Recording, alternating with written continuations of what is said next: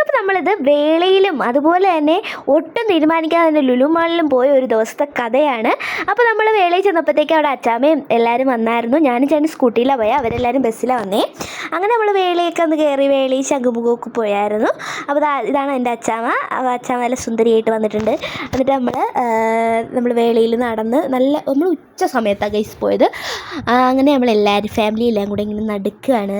അപ്പോൾ അപ്പയുടെ മക്കളും അച്ചാമ്മയും അച്ഛനും അമ്മയും ഞാനും ചേട്ടനും ഒക്കെ ഉണ്ടായിരുന്നു. എന്നിട്ട് നമ്മൾ അവിടുത്തെ പാലത്തിൽ കൂടെ ഇങ്ങനെ നടന്നു. അപ്പോൾ അമ്മ പണ്ടത്തെ കഥകളൊക്കെ പറഞ്ഞുകൊണ്ടിരിക്കുകയായിരുന്നു. അപ്പോഴത്തേക്ക് ഇപ്പോൾ പുതിയ ട്രെയിനൊക്കെ പോണ സിസ്റ്റമൊക്കെ അവിടെ വന്നു. ഞാൻ ഇപ്പോഴാണ് അവിടെ നല്ല വെയിലുണ്ടായിരുന്നു. ആ മണലൊക്കെ നല്ല ചുട്ടു പൊള്ളുന്ന വെയിലായിരുന്നു.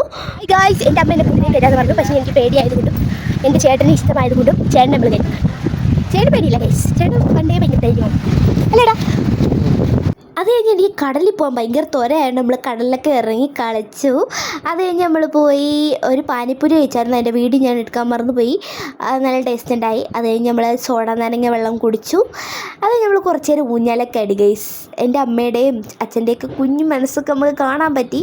അങ്ങനെ ഞാനും അച്ഛനും അമ്മയൊക്കെ ഊഞ്ഞാലടി. അപ്പോൾ ചേട്ടൻ വന്നിരുന്നപ്പോഴത്തേക്ക് അച്ഛൻ മോനെ ആട്ടിക്കൊടുക്കുന്നത് കണ്ട് ഇങ്ങനെ നിന്ന്. അത് നമ്മൾ അവിടെ നിന്ന് ഇറങ്ങിയിട്ട് ഒരു ഊണ് കഴിക്കാൻ പോയി. കുഴപ്പമില്ലായിരുന്നു.